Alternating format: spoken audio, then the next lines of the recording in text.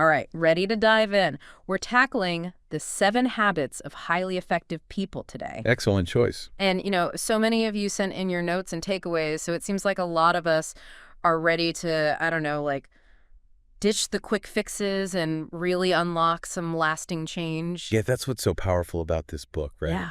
It's not about just putting a Band-Aid on a bullet wound. Oh, I like that. It's about those deep foundational principles. Yeah. The ones that can really transform how you operate in the world. Okay, love that. Band-Aid on a bullet wound. So the author, he starts off with this idea of paradigms. Right. Have you ever, tried to use a Detroit map to navigate Chicago? I can imagine that wouldn't get you very far. Exactly. And that's kind of how ineffective our actions can be if we're operating with the wrong paradigms, right? Yeah. They're like those mental maps that we use to navigate life. Absolutely. And a flawed map. Yeah. Well, that's going to lead to a whole lot of wrong turns. A lot of frustration, a lot of wasted time and energy. Oh, for sure. And the book, it really drives this point home with that story about the author trying to help his son improve his baseball skills. Right. And, initially he's focused on all those outward techniques, keep your eye on the ball, swing with more power. The typical things. Yeah, exactly. But it wasn't until they addressed their underlying perception of their son that they actually saw some real progress. That's the key, right? Yeah. Shifting the paradigm. Wow. So it's not just about tweaking behaviors. It's about really examining those deeper assumptions, those beliefs that are driving those behaviors in the first place. Exactly. And the book contrasts 2 approaches to this. Okay. The personality ethic Yeah. and the character ethic. Right. So the personality ethic, that's all about those outward techniques, Mm-hmm. the quick fixes, the things that might seem appealing on the surface, Right, right. but ultimately they just don't have the depth for real lasting change. It's like trying to build a house on a foundation of sand. It's just not going to hold up in the long run. It's going to crumble. Yeah. The character ethic, on the other hand, that focuses on those core principles. Cool. Things like integrity, honesty, fairness, Yeah. as that bedrock for real success and happiness. So it's about building that strong inner foundation first. Yes. And then the outward success will naturally follow. That's the idea. I love that. Okay. So then that brings us to this concept of primary and secondary greatness. Right. What's the difference? So primary greatness, that's about your inner character, Okay. your moral compass. Okay. While secondary greatness, that refers to the more socially recognized achievements, skills, talents, that sort of thing. So, it's the difference between being a genuinely good person versus just appearing successful on the surface. Yeah, that's a green way to put it. But I mean, can't someone be both? Sure, ideally you want to strive for both. Okay, yeah. But the book really emphasizes that foundation of primary greatness as being essential. Yeah, that makes sense. But what happens when you have, secondary greatness without that foundation of primary greatness? Well, the book argues that it can be quite hollow. Interesting. You think of a charming but untrustworthy business partner. Right. Or a skilled but insincere spouse. Ooh, yeah. It's all style, no substance. Right. Right. You can't fake character, It shines through eventually. It always does. So how do we actually cultivate that primary greatness, that strong inner character? That's where those natural principles of growth and change come in. Okay. The book emphasizes that true growth, it's not about shortcuts or quick fixes. Yay. It's a sequential process, like learning to walk or play an instrument. So no cutting corners. Not if you want lasting results. That makes sense. And there's that story in the book about the author trying to, force his daughter to share her toys. Oh, yeah. And it was just a complete disaster. It backfired. Big time. And it wasn't until he, allowed her to actually develop that sense of ownership that she was able to genuinely share. Right. It had to come from within, Exactly. not from external pressure. That's such a good example. It highlights how important it is to respect those natural growth processes. Oh. I think not just in parenting, but in all areas of life. Absolutely. And this actually connects beautifully with the concept of proactivity, Yes. which the book really dives into detail. It's a foundational principle for everything that follows. Okay, so we've all heard that word proactive, but what does it actually mean in this context? What does it really look like to be truly proactive?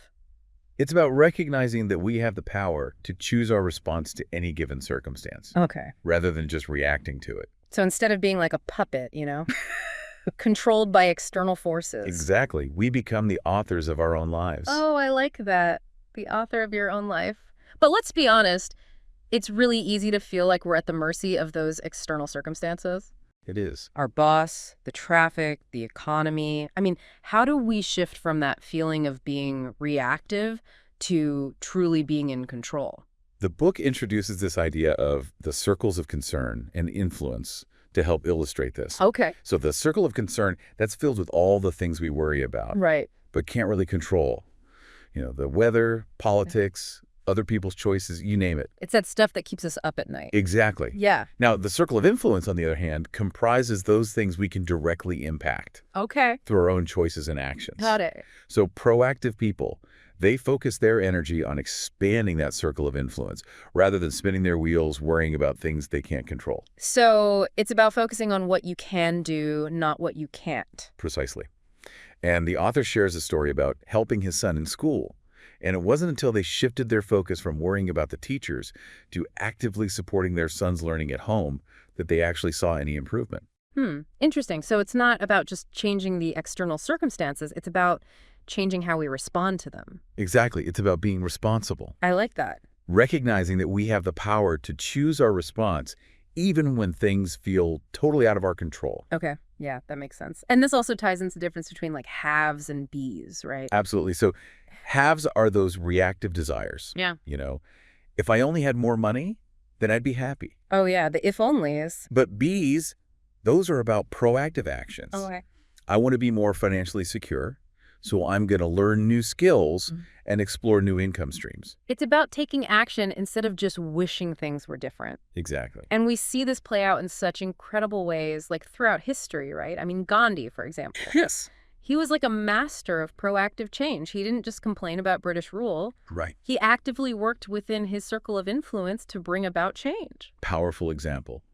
And that leads us perfectly into another crucial principle, beginning with the end in mind. Okay, so this one's about like having a clear vision before you take action, right? Yes. But I kind of get a little stuck here. Isn't it good to be spontaneous sometimes? Just go with the flow. Sure. Like, does everything require a detailed plan?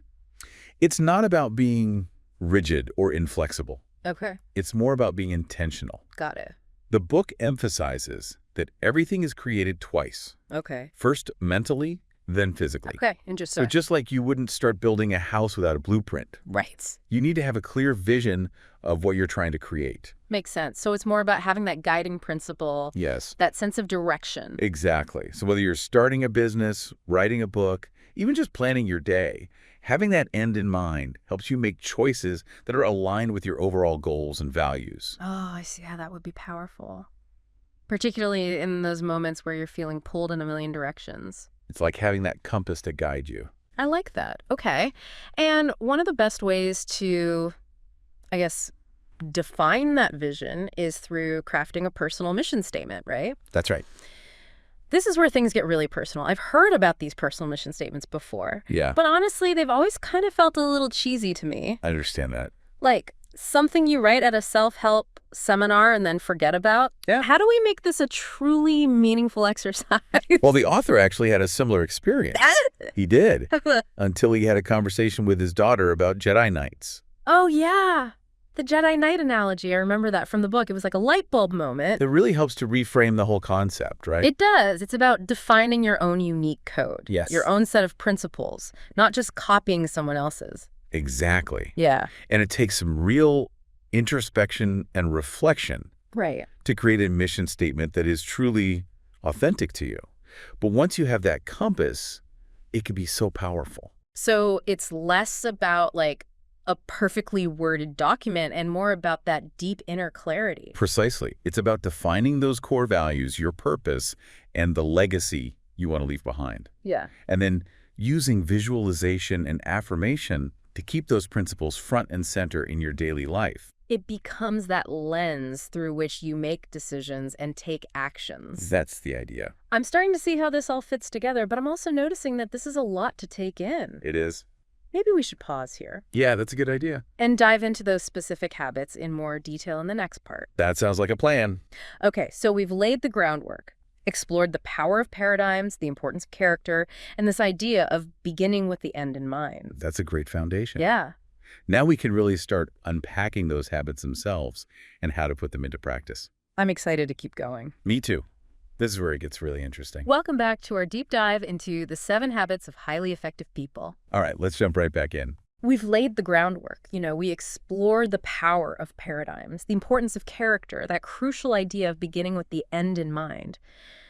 Now let's roll up our sleeves and get into the habits themselves. Yes, let's do it. And we'll start with habit 1, be proactive. Right, that's the foundation. Okay, so this habit, it's all about taking ownership of our lives, right? Recognizing our power to actually choose our response to any given situation. It's about, I guess, shifting from that reactive mindset, where we feel like victims of circumstance, to a proactive one where we're really taking control. It's a fundamental shift. Easier said than done, though, right? I mean, I get it, we're not puppets, but Right. sometimes it really feels like external factors are just running the show. Work deadlines, family obligations, even just the weather messing up my plan. Oh, absolutely. It's easy to fall into that trap of feeling like we're at the mercy of those external forces. But the book, it reminds us that between every stimulus and our response, there's a space. Okay. And in that space, we have the power to choose.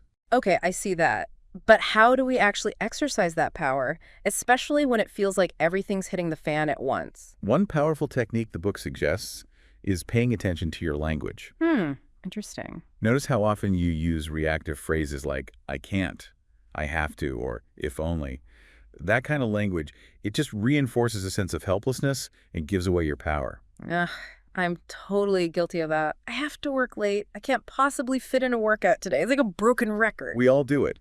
But the good news is, becoming aware of that language, that's the first step to changing it. Okay, good. So start replacing those reactive phrases with more proactive ones. Like what? Give me some examples. Instead of saying, I can't, try saying, I choose to, or I will, I prefer. Yeah. It's a subtle shift, but it can make a huge difference in how you perceive your control over your life. Okay, so instead of, I can't go to the gym today, I'm too busy, I could say, I choose to prioritize work over the gym today. I don't know, it feels more honest, too, because it's acknowledging that I do have a choice. Exactly. It puts you back in the driver's seat. I like that. Another practical step is to really map out that circle of influence. Okay. Make a list of the things you can control, the areas where you can make a difference. Okay. Keep it visible, maybe on your desk or, as a reminder on your phone. So when those reactive thoughts start creeping in, I can look at my circle of influence and remind myself, okay, I can't control the traffic, but I can control when I leave the house. Precisely. You're focusing your energy where it matters. This is starting to feel, I don't know, less overwhelming and more empowering. Like I'm actually taking back the reins a little bit. That's the goal. Yeah. And that actually leads us perfectly into habit 2. Begin with the end in mind. Okay. This habit, it's all about vision and purpose. Right. Defining what truly matters to you and then creating a roadmap to get there. Okay. I'm intrigued, but also a little hesitant, I think. I struggle with this one. Isn't it good to be spontaneous sometimes? Just, go with the flow. Of course. Does everything need like a detailed plan? It's not about being rigid Okay. or creating some minute-by-minute schedule for your entire life. Yeah. It's more about having that guiding principle, Right. that sense of direction. Okay. The book emphasizes that everything is created twice. Okay. First mentally, then physically. Right. So just like you wouldn't build a house without a blueprint, having a clear vision beforehand helps you make choices that are actually aligned with your values and goals. Okay, that makes sense. So I guess I'm thinking about it more like a compass, pointing you in the right direction rather than this rigid set of instructions. Exactly. So whether you're starting a business, writing a book, or just planning your day, having that end in mind, it helps you prioritize and make choices that move you closer to what you truly want. Okay. I can see how powerful that would be, particularly in those moments where you're just feeling pulled in a million directions. It can be grounding. And one of the best ways to, define that vision is through crafting a personal mission statement. Okay, here's where I get a little tripped up. Yeah. I've heard about personal mission statements, but they've always felt a little cheesy. I get it. Like something you do at a corporate retreat and then forget about. Yeah. how do we make this a truly meaningful exercise, not just something we check off a list? Well, the author, he actually had a similar He experience. did. Yeah, he initially found personal mission statements a bit contrived until he had this conversation with his daughter about Jedi Knights. Ah, the Jedi Knight analogy. I remember that from the book. That really clicked for me, too. It's about defining your own unique code, your own set of principles, rather than just, copying someone else's. That's it. It's Yeah. about identifying those values and principles that resonate deeply with you. And that requires some real introspection, some reflection, asking yourself those big questions. What do I stand for? What legacy do I want to leave behind? What impact do I want to have on the world? I remember the book actually suggesting a pretty powerful visualization technique to help with that. Yes. He recommends visualizing your own funeral. Your own funeral. I know it sounds a little morbid, but bear with me. Okay, I'm listening. So close your eyes for a moment and imagine you're at your own funeral. Okay. Who's there? What are they saying about you? What kind of impact did you have on their lives? What would you want to be remembered for? Wow. Okay, that's surprisingly emotional. But I get it. It forces you to think about that big picture, about what you want your life to stand for. Exactly. It helps you clarify those values, your priorities, your vision for your life. And once you have that clarity, then you can start to articulate those values and aspirations in a written mission statement. Keep it concise, keep it inspiring, easy to remember. So it's not about, a formal document that I frame and hang on the wall. No, not at all. It's more like a guiding principle that I can, carry with me. Exactly. And remember, it's a living document. It's something you revisit, you refine as you grow and evolve. It should be a source of inspiration and guidance as you navigate those challenges and opportunities of life. It's like that compass that helps you stay on course, even when the storms hit. Perfect analogy. Yeah. Now, with that sense of purpose guiding us, let's move on to habit 3, put first things first. This one is all about execution, effective time management. But it goes way deeper than just prioritizing tasks. Right. You mentioned earlier that it's about really living a life that's aligned with our values and mission. Yes. Which sounds amazing. It is. But I think a lot of us, myself included, struggle with actually putting that into practice. Absolutely. It's one thing to say you want to live a balanced, purposeful life, Right. and quite another to actually make it happen, Yeah. amidst the whirlwind of daily demands. So how do we bridge that gap? The book introduces a powerful tool for this. It's called the time management matrix. Okay. It divides our time into 4 quadrants Right. based on urgency and importance. I remember this. So quadrant 1, that's for those urgent A&D important things like deadlines, crises, pressing problems. The stuff that just tends to hijack our attention and send us into a frenzy. Exactly. Yeah. But then there's quadrant 2, which is all about the things that are important but not necessarily urgent. Okay. Things like planning, prevention, relationship building, personal development. These are the activities that often get pushed aside. Because we're so busy putting out fires in quadrant 1. Exactly. And that's where the concept of quadrant 2 living comes in. Okay. It's about proactively dedicating time and energy to those quadrant 2 activities that ultimately lead to greater effectiveness, less stress, and a more balanced life. Okay, that sounds amazing. But honestly, where do I even find the time? It requires a shift in mindset and a willingness to prioritize. Remember, you're not just managing your time, you're managing your life. Right. And if you want to create a life that is truly aligned with your values and goals, you need to make space for those quadrant 2 activities. Okay, so what's a practical step I can take right now to actually move towards that quadrant 2 living? Instead of letting your calendar get dictated by urgency, block out specific time for those quadrant 2 activities that matter most to you.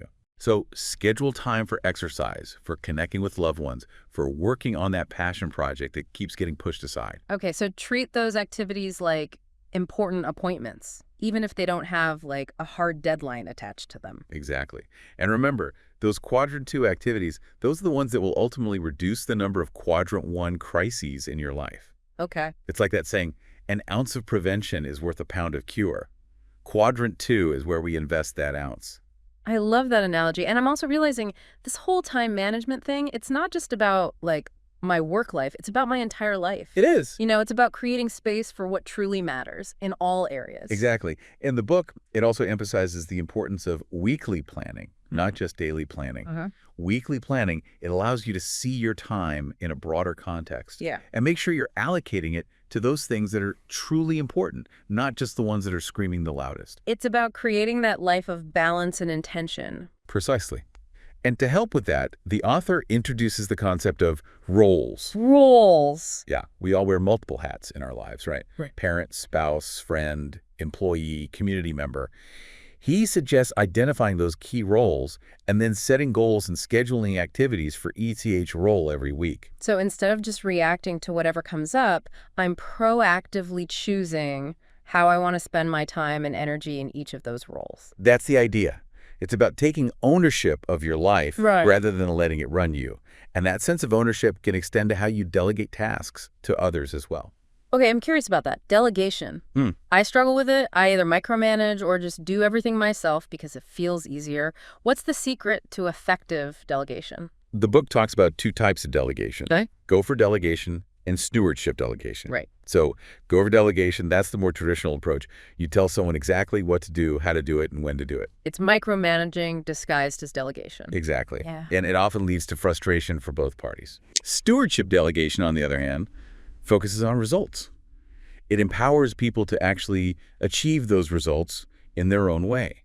It's about giving them clear expectations, the resources they need, and then trusting them to get the job done. So it's about giving people ownership and accountability. Exactly. But that requires a lot of trust, right? What if they mess it up? Of course, there's always that risk. But think about it this way. Would you rather have someone do something perfectly your way, or learn and grow while achieving the desired outcome, even if it's not exactly how you envisioned it? That's a good point. It's about letting go of control a little bit. Yeah. And allowing others to step up. Exactly.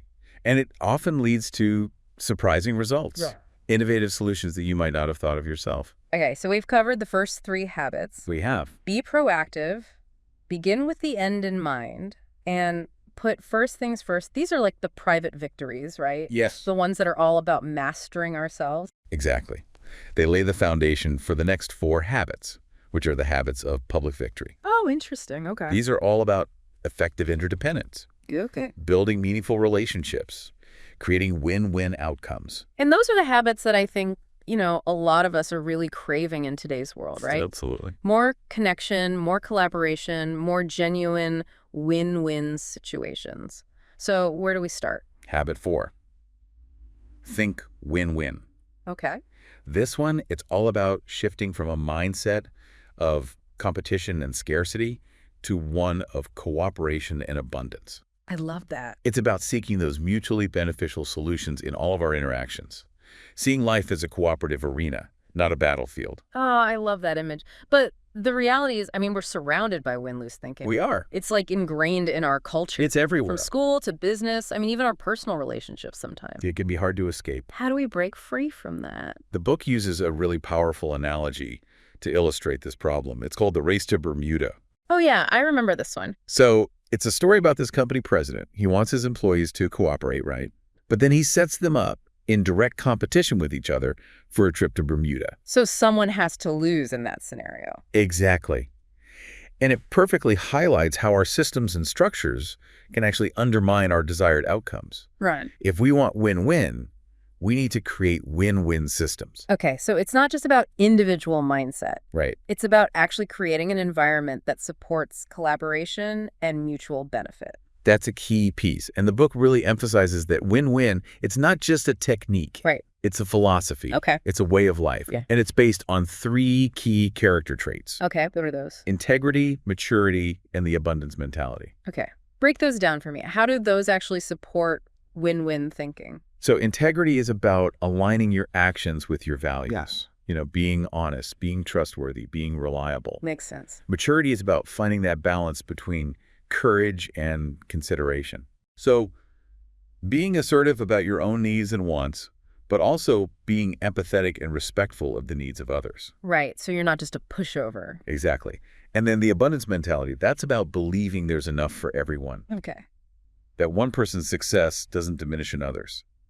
So it's that classic, scarcity mindset versus abundance mindset, right? Exactly. Believing there's a limited pie, so everyone has to fight for their slice. Right. Versus believing the pie can keep growing and there's enough for everyone to have their fill. That's the shift. Yeah. And when those three character traits are in place, win-win becomes less about negotiation tactics and more about authentic collaboration.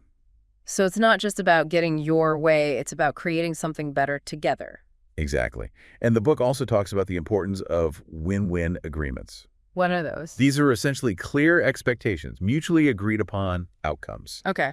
So it's not just this vague sense of, we both want to win. Right. It's about getting specific about what that looks like, what each person is responsible for, and what success will look like for both parties. So it's like delegation done right. Exactly. Right. And it requires a shift from focusing on methods to focusing on results. Okay. Trusting people to figure out the how once they're clear about the what. I love that. It's empowering, not controlling. And it often leads to unexpected innovation and creativity. Yeah. The book gives an example of a training program where the trainees, they were given challenging objectives and criteria. Right. But they were empowered to achieve those objectives in their own way. Mm-hmm. And the results were astounding. That's a great example of the power of setting clear expectations and then letting go of the reins a little bit. It can be magical. Yeah. So win-win, it's about creating those mutually beneficial outcomes. Right. But how do we make sure we're even on the same page in the first place? Yeah, that's a good question. How do we really understand what the other person wants and needs? That brings us to habit 5. Seek first to understand, then to be understood. This one's all about becoming a master listener, truly tuning in to what the other person is saying and feeling. It's about putting aside your own agenda for a moment and genuinely trying to see the world through the other person's eyes. This one hits home for me. I'm a great talker, but I'm not always the best listener. I catch myself interrupting, thinking about what I want to say next, or, already formulating my response before the other person has even finished talking. You're not alone. The author, he calls that autobiographical listening. Autobiographical listening. Where we're filtering everything through our own experiences and biases. Okay. We're not really listening to understand. Right. We're listening to respond. Ouch, that's a little too close to home. So how do we break out of that pattern? How do we become more empathic listeners? The book contrasts autobiographical listening with empathic listening. Empathic listening, it's about putting aside your own filters and truly trying to see the world through the other person's eyes. It's about listening with your heart as well as your head. I remember he uses the analogy of putting on a pair of glasses, right? Literally trying to see the world through the other person's lens. Exactly. And he emphasizes that this requires a high level of emotional intelligence and maturity. Okay. It's about being present, being non-judgmental, and really trying to understand the other person's perspective, even if you don't agree with it. It's about creating that safe space for open and honest communication. I can already see how that would lay the foundation for more effective communication, more effective problem solving. Absolutely. And it's a prerequisite for habit 6, synergize. Okay, synergy. It sounds great in theory, but I think a lot of us struggle to make it happen in real life. What's the secret sauce? How do we go from, simply working together to creating those magical 1 + 1 = 3 outcomes? Synergy happens when we value differences, embrace creativity, and work together to find solutions that are better than any one of us could have come up with alone. It's about recognizing that everyone brings something unique to the table. Yeah. And that by combining those diverse perspectives, we can create something truly extraordinary. It's like when you discover your favorite band, you don't think, ooh, now there's less music for me. You want everyone to hear them, right? Yeah. More good stuff in the world benefits everyone. That's a great analogy. It's about moving from that scarcity mindset to an abundance mindset. Right, right. And it starts with creating that safe space for open and honest communication. Just like we talked about with Habit 5. Encourage everyone to share their ideas, even if they seem crazy or unconventional. So no idea is a bad idea at that stage, right? It's all about brainstorming and seeing what emerges. Exactly. And be willing to challenge your own assumptions. Synergy often happens when we step outside of our comfort zones and embrace those new perspectives. It's like that classic optical illusion, the one where some people see a young woman while others see an old woman. Oh, yes. We can be so stuck in our own limited perspective that we completely miss the full picture. That's a perfect example. Synergy is about seeing the whole picture, the young woman and the old woman. Right, both. And it requires us to be open, vulnerable, and willing to let go of the need to be right all the time. And I imagine that takes practice, especially in those high-stakes situations where we're feeling stressed or under pressure. Absolutely, but the rewards are well worth the effort. When true synergy happens, it's like magic. Yeah. Solutions emerge that none of us could have imagined on our own. Okay, so we've covered the first 6 habits. Oh, yeah? We've talked about being proactive, beginning with the end in mind, putting first things first, thinking win-win, seeking to understand others, and synergizing. That's a lot, to take in. It is. It's a lot. But all of these habits, they're designed to support and enhance that final habit, the one that brings everything full circle. Sharpen the saw.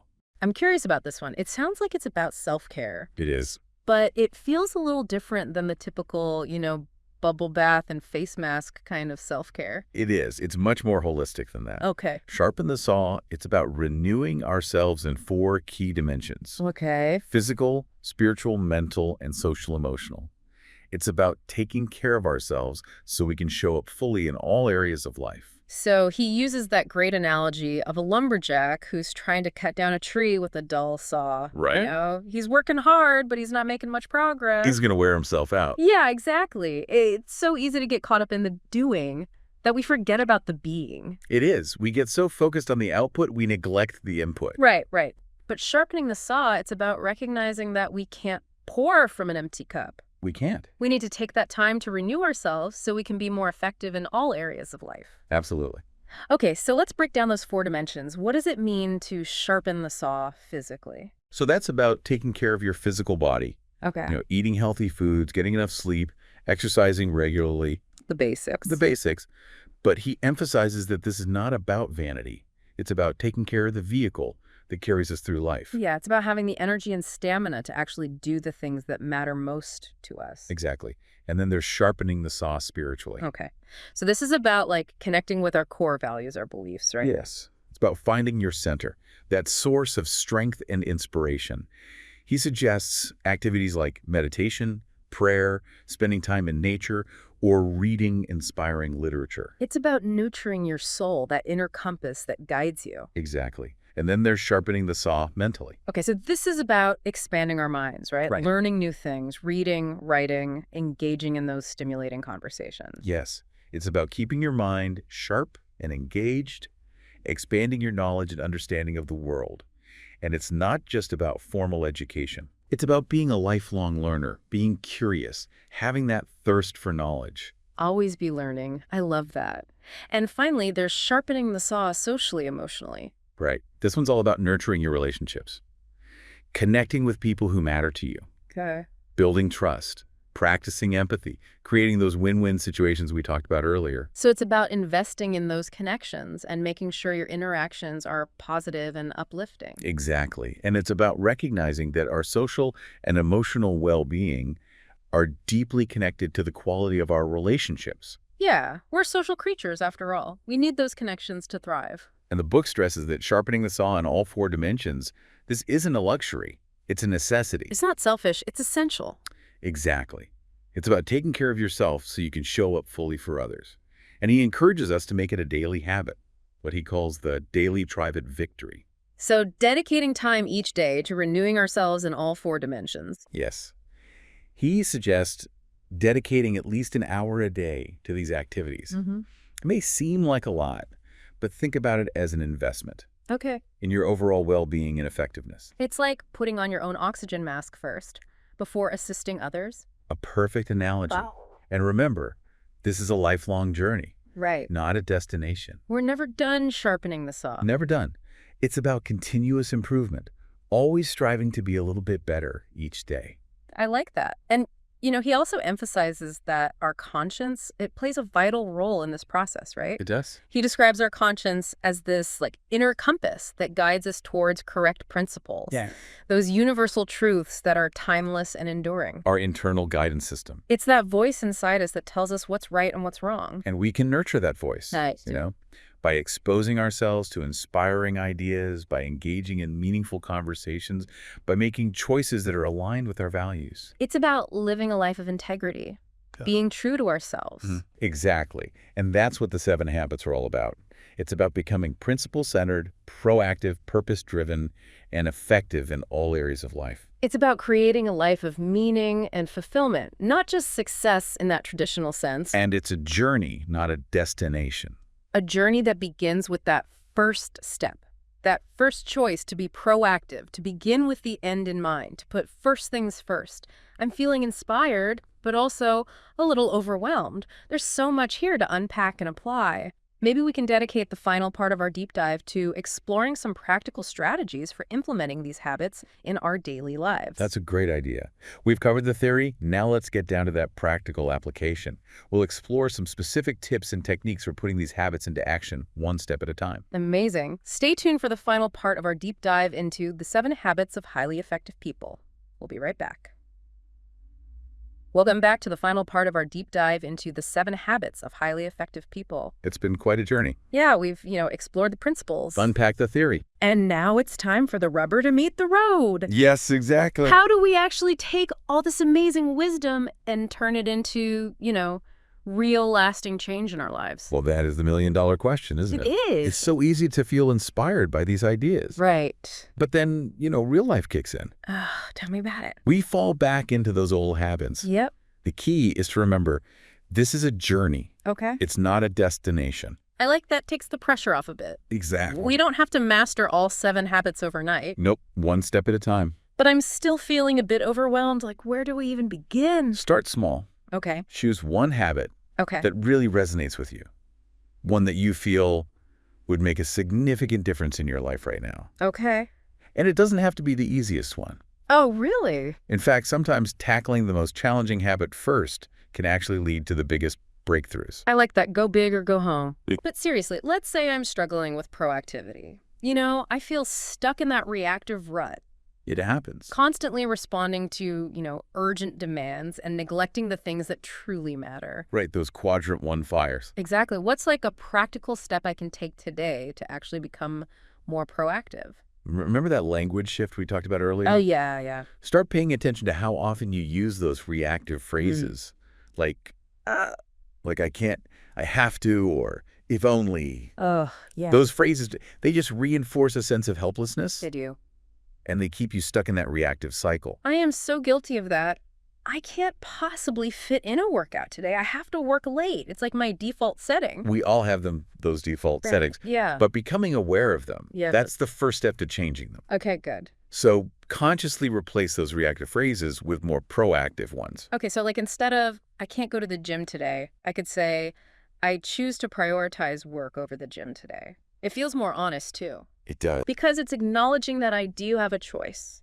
I'm not just a victim of circumstance. Exactly. It puts you back in control. Okay, I like that. Another powerful technique is to create a visual representation of your circle of influence. Well, that's a good way. Actually write down all the things you can control, the areas where you can make a difference. Keep it visible. Yeah, maybe on my desk or as a reminder on my phone. Exactly. So, when those reactive thoughts start creeping in, I can look at my circle of influence and remind myself, okay, I can't control the traffic, but I can control when I leave the house. You're shifting your focus from what you can't control to what you can. It's like I'm taking back the reins. That's the spirit. Now let's shift gears to habit 2. Begin with the end in mind. We talked about the importance of crafting a personal mission statement. Right. But it can feel daunting.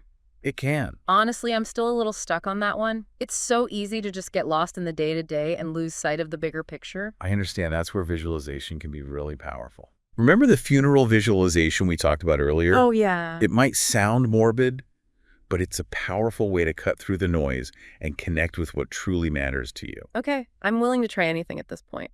All right, so close your eyes for a moment and imagine you're at your own funeral. Okay. Who's there?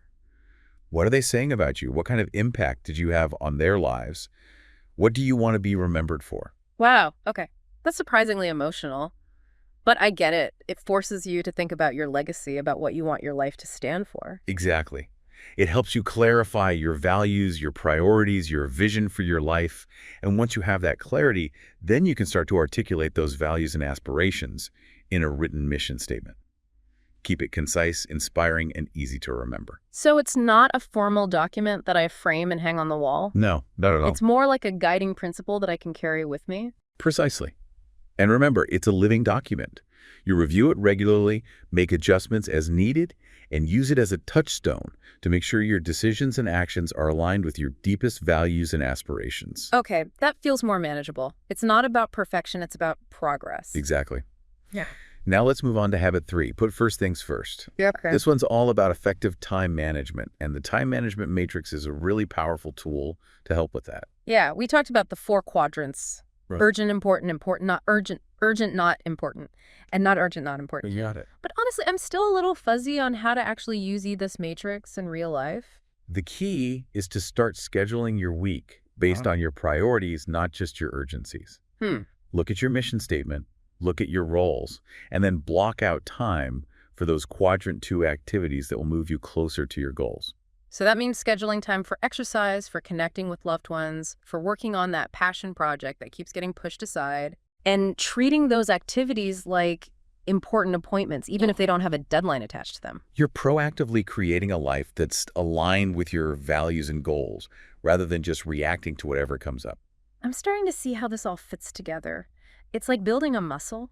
It takes time and effort. It does. But the more you practice, the easier it becomes. And remember, those quadrant 2 activities, those are the ones that will ultimately reduce the number of quadrant 1 crises in your life. It's an investment in your future well-being and effectiveness. Okay, I'm feeling motivated. What about habit 4? Think win-win. Yes, win-win. This one can be tough, especially in a world that feels so competitive. It can be a challenge, but it's worth striving for. Yeah. Remember, win-win is not about being a pushover Right. or always giving in. It's about finding those creative solutions that benefit everyone involved. Okay. And it starts with cultivating an abundance mentality, Right. that belief that there's enough for everyone to succeed. It's like that saying, a rising tide lifts all boats. I like that. When we believe in abundance, we're more likely to collaborate and support each other's success. Exactly. And remember, win-win is not just about getting your way. Right. It's about creating something better together. Together. It's about finding that third alternative that neither of you could have come up with alone. That reminds me of something we discussed earlier, the importance of seeking to understand the other person's perspective before trying to make yourself understood. Absolutely. Habit 5. Seek first to understand, then to be understood. That is the foundation for effective communication and collaboration. Yeah. It's about putting aside your own agenda and truly listening with the intent to understand. Yes. Resisting that urge to interrupt, offer unsolicited advice, or formulate your response while the other person is still talking.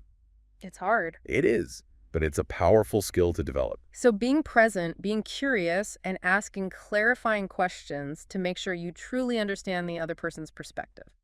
And validating their feelings even if you don't agree with them. It's about building that bridge of understanding, I like that. rather than just trying to get your point across. Okay, makes sense. And that bridge of understanding, it's essential for creating synergy, which is habit 6. Synergy is all about creative cooperation. Okay, so how do we actually foster that kind of creative collaboration, especially when we're working with people who have, very different perspectives and approaches? It starts with creating a safe space for open and honest communication. Okay. Encourage everyone to share their ideas, even the seemingly crazy or unconventional ones. No idea is a bad idea at this stage. Exactly. Sometimes the most innovative solutions come from those unexpected places. And it's about being willing to challenge our own assumptions, right? To really try to see the world through a wider lens. Remember the optical illusion, the young woman, old woman? Synergy is about seeing both perspectives. Both. And then finding that third alternative that integrates both in a way that creates something new and better. It's like that moment when you're working on a puzzle and suddenly 2 pieces fit together in a way you didn't expect. It opens up a whole new section of the puzzle. Perfect analogy. And remember, synergy requires trust and respect.